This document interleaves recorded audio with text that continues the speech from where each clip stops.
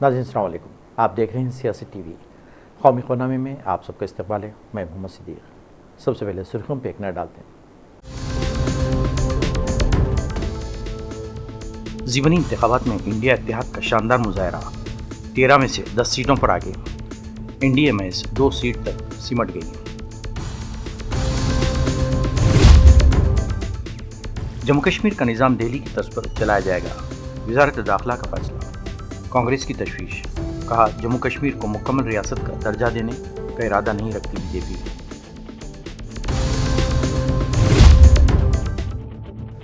कारगिल विजय दिवस की 25वीं सालगिरह का जश्न, मुल्क के लिए जान देने वाले सिपाहियों को पेश किया गया खराज अक़ीदत।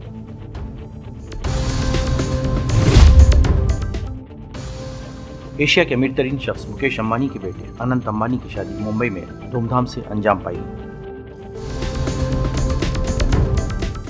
नई सुर्खियां, अब खबरों की तफसील पेश है। मुल्क की 7 रियासतों की 13 असम्बली सीटों पर होने वाले ज़ीवनी इंतखाबात की गिनती में इंडिया इत्तेहाद की जमातों कांग्रेस, आम आदमी पार्टी, तृणमूल कांग्रेस और डीएमके के उम्मीदवार 13 में से 11 सीटों पर आगे हैं। लेकिन कमीशन की वेबसाइट पर दस्तियाब रुझानात के मुताबिक बीजेपी को सिर्फ हिमाचल प्रदेश की हमीरपुर सीट पर बढ़तरी हासिल है। ख्याल रहे कि 4 शंबे को पंजाब, हिमाचल प्रदेश, उत्तराखंड, मगरबी बंगाल, मध्य प्रदेश, बिहार और तमिलनाडु में ज़ीमनी इंतखाबात के लिए वोटिंग हुई।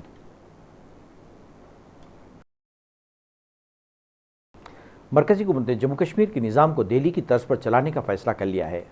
चनांचे जम्मू कश्मीर के एलजी को भी दिल्ली के एलजी की तरह इंतज़ामी इख्तियारात दिए जाएंगे। वहाँ भी अब हुकूमत एलजी की इजाज़त के बगैर ट्रांसफ़र पोस्टिंग नहीं कर सकेगी। वज़ारत दाखिला ने जम्मू कश्मीर तंजीम-ए-नौ एक्ट 2019 के सेक्शन 55 के तहत तरमीम शुदा उसूलों से मुताल्लिक़ नोटिफिकेशन जारी कर दिया है। वज़ारत दाखिला की तरफ से की गई तरामीम के मुताबिक ऑल इंडिया सर्विस IAS अफसरान के इंतज़ामी सेक्रेटरियों और कैडर के अहदों के तबादले से मुताल्लिक़ administrative secretary general administration department की तजावीज़ को लेफ्टिनेंट गवर्नर को चीफ सेक्रेटरी के ज़रिए पेश किया जाएगा। नोटिफिकेशन के मुताबिक इंतज़ामी सेक्रेटरियों और ऑल इंडिया सर्विसेज के अफसरान के कैडर के अहदों की पोस्टिंग और तबादले से मुताल्लिक़ मामलात के सिलसिले में administrative secretary general administration department chief secretary के ज़रिए लेफ्टिनेंट गवर्नर को तजवीज़ पेश करेगा। इस मामले में कांग्रेस का सख्त रद्दअमल सामने आया है और मोदी हुकूमत के इरादे पर सवाल खड़ा कर दिए हैं। कांग्रेस जनरल सेक्रेटरी जयराम रमेश ने सोशल मीडिया पर एक पोस्ट किया है जिसमें लिखा कि सुप्रीम कोर्ट ने जम्मू कश्मीर असम्बली इंतखाबात 30 सितंबर 2024 तक कराने का हुक्म दिया था। वज़ीर-ए-आज़म ने कहा था कि तंजीम-ए-नौ जम्मू कश्मीर को मुकम्मल रियासत का दर्जा बहाल किया जाएगा, जिसे अगस्त 2019 में मरकज़ के ज़ेर-इंतज़ाम खित्ते में तब्दील कर दिया गया था। उनकी बात का रिकॉर्ड में है। इसके बाद जयराम रमेश लिखते हैं कि कल रात वज़ारत दाखिला ने जम्मू कश्मीर तंजीम-ए-नौ एक्ट 2019 की दफ़ा 55 के तहत तरमीम शुदा उसूलों को नोटिफाई किया, जिसमें एलजी को वसीतर इख्तियारात देने वाली नई दफ़ात शामिल की गई हैं। इस नोटिफिकेशन का वाहिद मतलब ये निकला जा सकता है कि मुस्तक़बिल क़रीब में जम्मू कश्मीर को मुकम्मल रियासत का दर्जा मिलने का इम्कान नज़र नहीं आता। पटना हाई कोर्ट के हुक्म के मुताबिक नेशनल टेस्टिंग एजेंसी NTA के ज़रिए नीट के सवालिया पर्चे लीक होने के मामले में पटना सिविल कोर्ट की खुसूसी अदालत ने आज 13 अफराद को CBI रिमांड में देने का हुक्म दिया है। जेल में बंद मुलजिमान को हिरासत में पूछगछ के लिए 15 रोज़ा पुलिस रिमांड पर ID के हवाले करने का हुक्म दिया गया है। CBI ने इस मामले में गिरफ्तार किए गए 13 जेल में बंद मुलजिमीन की दरख्वास्त तहवील में पूछगछ के लिए 15 दिन की पुलिस रिमांड की मांग की है। पटना हाई कोर्ट के हुक्म की रोशनी में खुसूसी अदालत ने आदर्श सेंट्रल जेल ब्यूरो के सुपरिंटेंडेंट को हुक्म दिया है कि तमाम 13 मुलजिमान को बगैर किसी ताख़ीर के CBI के हवाले किया जाए। भारतीय जनता पार्टी के रहनुमा सुधांशु त्रिवेदी ने शिवसेना UBT के रहनुमा संजय रावत के इमरजेंसी के तबसरे पर तनकीद की। इन्होंने कहा कि मैं इंडिया ब्लॉक के लीडरों से पूछना चाहता हूँ कि क्या जयप्रकाश नारायण की क़यादत में तहरीक अनारकी थी। मैं अखिलेश यादव से पूछना चाहता हूं कि क्या उनके वालिद मुलायम सिंह इंतशार का हिस्सा थे। शिवसेना के एक नेता संजय राउत जी ने यह कहा है कि आपातकाल इसलिए जरूरी था कि एनार्की हो गई थी। मैं पूछना चाहता हूं इंडी गठबंधन के लोगों से कि जयप्रकाश नारायण के नेतृत्व में हो रहा वह पवित्र जेपी आंदोलन एनार्की था। मैं लालू प्रसाद यादव जी से पूछना चाहता हूं, अखिलेश यादव जी से पूछना चाहता हूं कि आपके पिताजी मुलायम सिंह यादव जी एनआरकी के हिस्से थे। भारत के इतिहास में एक ही उदाहरण है जब किसी प्रधानमंत्री को चुनावी धांधली और चुनाव में भ्रष्टाचार का दोषी पाया गया। आज शिवसेना के एक नेता संजय राउत जी ने यह कहा है कि आपातकाल इसलिए जरूरी था कि एनार्की हो गई थी। मैं पूछना चाहता हूं इंडी गठबंधन के लोगों से कि जयप्रकाश नारायण के नेतृत्व में हो रहा वह पवित्र जेपी आंदोलन एनार्की था। मैं लालू प्रसाद यादव जी से पूछना चाहता हूं, अखिलेश यादव जी से पूछना चाहता हूं कि आपके पिताजी मुलायम सिंह यादव जी एनार्की के हिस्से थे। सत्ता लोलुपता में आज अपने ऊपर आप अराजकता का स्टैंप भी लगाने को तैयार हो गए। और अब मैं बताना चाहता हूं कि वो एनार्की क्या थी, ये इमरजेंसी लगी क्यों थी। भारत के इतिहास में एक ही उदाहरण है जब किसी प्रधानमंत्री को चुनावी धांधली और चुनाव में भ्रष्टाचार का दोषी पाया गया। श्रीमती इंदिरा गांधी को इलाहाबाद उच्च न्यायालय के द्वारा, यह आरोप नहीं था, न्यायालय के द्वारा दोषी पाया गया और इस कारण से उनकी सदस्यता समाप्त कर दी गई। वो सुप्रीम कोर्ट गई, सुप्रीम कोर्ट ने कहा कि सदस्यता तो रहेगी परंतु आपकी सांसद के रूप में कोई काम नहीं कर सकती, 6 साल लड़ने प्रतिबंध था, आप सदन की कार्रवाई में भाग नहीं ले सकती, वोटिंग नहीं कर सकती। तब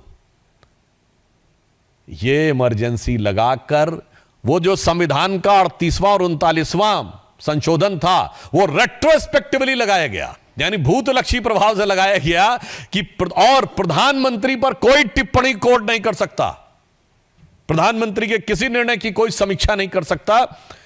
इसलिए संविधान की उस घनघोर और दुर्दांत हत्या की स्मृति के लिए यह आवश्यक है। और यह क्यों हुआ यह भी मैं बता देता हूं। ऐसा नहीं कि सब कुछ सिर्फ 1975 में हुआ, उससे पहले। और मैं एक और आज एक गंभीर सवाल करना चाहता हूं। बहुत सी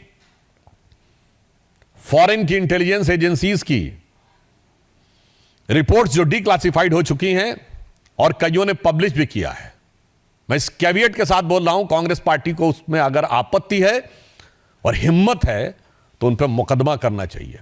नित्रोकिन्स archive KGB and the world part 2, जिसमें भारत का उल्लेख है। कांग्रेस विजय दिवस की 25वीं सालगिरह के मौके पर फिजाइया के सरबराह air chief marshal VR Chaudhary ने सरसावा एयरफोर्स स्टेशन सहारनपुर उत्तर प्रदेश में कारगिल जंग के दौरान अपनी जानों का नजराना पेश करने वाले फिजाई जंगजुओं को खिराज अकीदत पेश किया।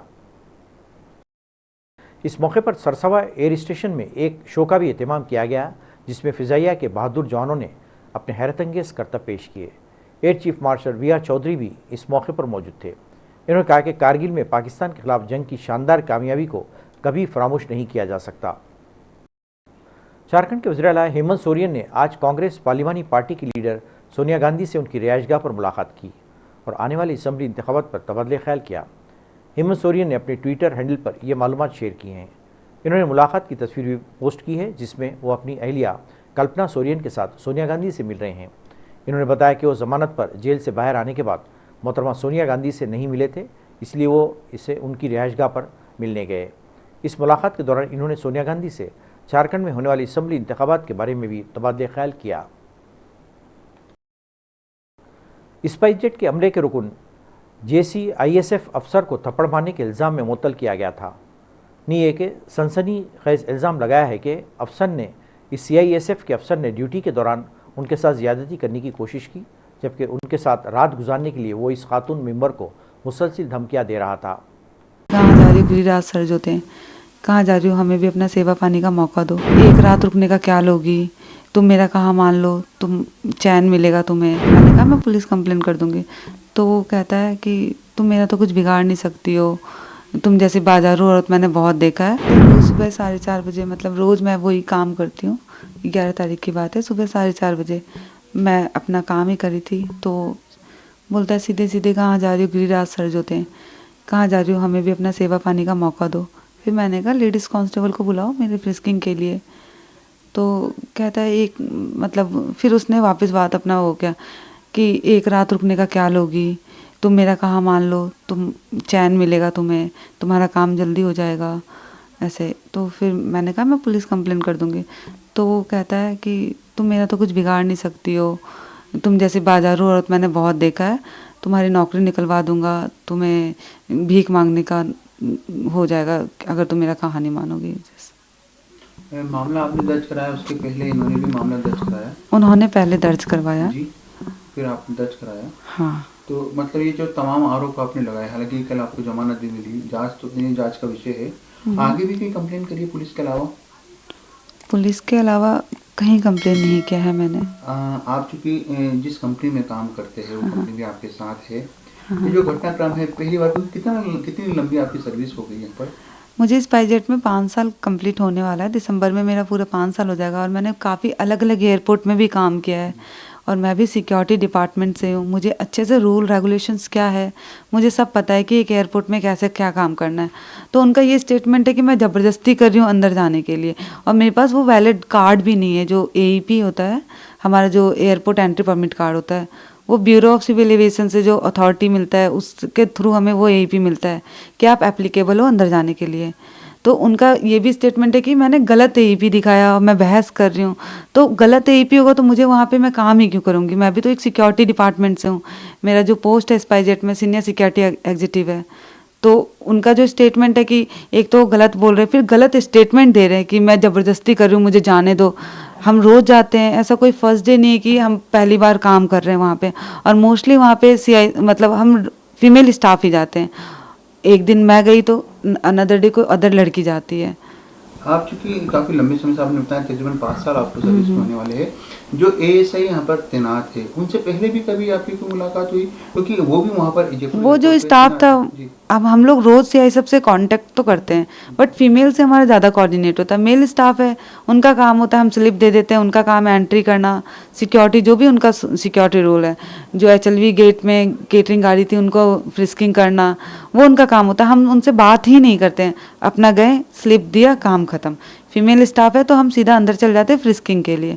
उस टाइम वहाँ पे फीमेल स्टाफ नहीं थी, रोज़ की तरह जो मैंने कहा अपना स्लिप दे दिया। स्लिप देने के बाद उन्होंने मेरे से गलत शब्द यूज में करने स्टार्ट कर दिया बोलना। पहली बार हुआ जब फीमेल स्टाफ नहीं थी वहाँ पे, तो रोजाना वहाँ पर जो ड्यूटी पर अमूमन जाना ही पड़ता है, तो कभी ऐसा पैदा नहीं हुआ कि फीमेल स्टाफ ना हो? केवल वहाँ पे मॉर्निंग के टाइम फीमेल स्टाफ होती है, नाइट में नहीं रहती है। और वो रोज ऐसा ही होता है कि हम केटरिंग गाड़ी लेकर जाते हैं, उनको स्लिप देते हैं और हम डिपार्चर हॉल पे चल जाते हैं। उधर फीमेल स्टाफ कभी नहीं होती है। दुनिया के कई मुल्कों में महीनों जारी रहने वाले पुरतायुश तकरीबात के बाद एशिया के अमीर तरीन शख्स मुकेश अंबानी के बेटे की शादी की आखिरी तकरीब मुंबई में धूमधाम के साथ अंजाम पाई।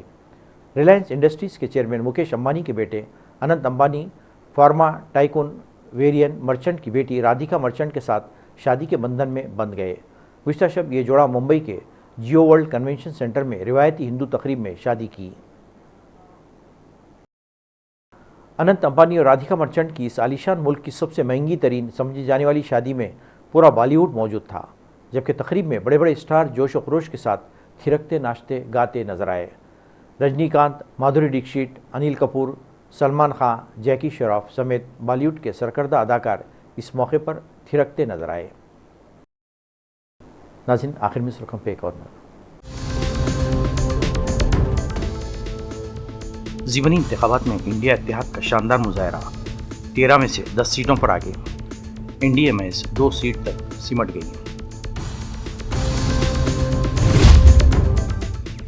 जम्मू कश्मीर का निज़ाम दिल्ली की तर्ज पर चलाया जाएगा, वज़ारत दाखिला का फैसला। कांग्रेस की तशवीश, कहा जम्मू कश्मीर को मुकम्मल रियासत का दर्जा देने का इरादा नहीं रखती BJP।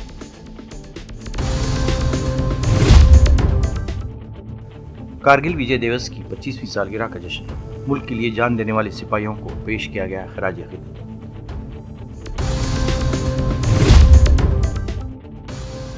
एशिया के अमीर तरीन शख्स मुकेश अंबानी के बेटे अनंत अंबानी की शादी मुंबई में धूमधाम से अंजाम पाई। नाज़रीन, इसी के साथ ही कौमी खबरनामा खत्म होता है। मुझे और सारी सियासती टीम को इजाज़त दे। अल्लाह हाफ़िज़।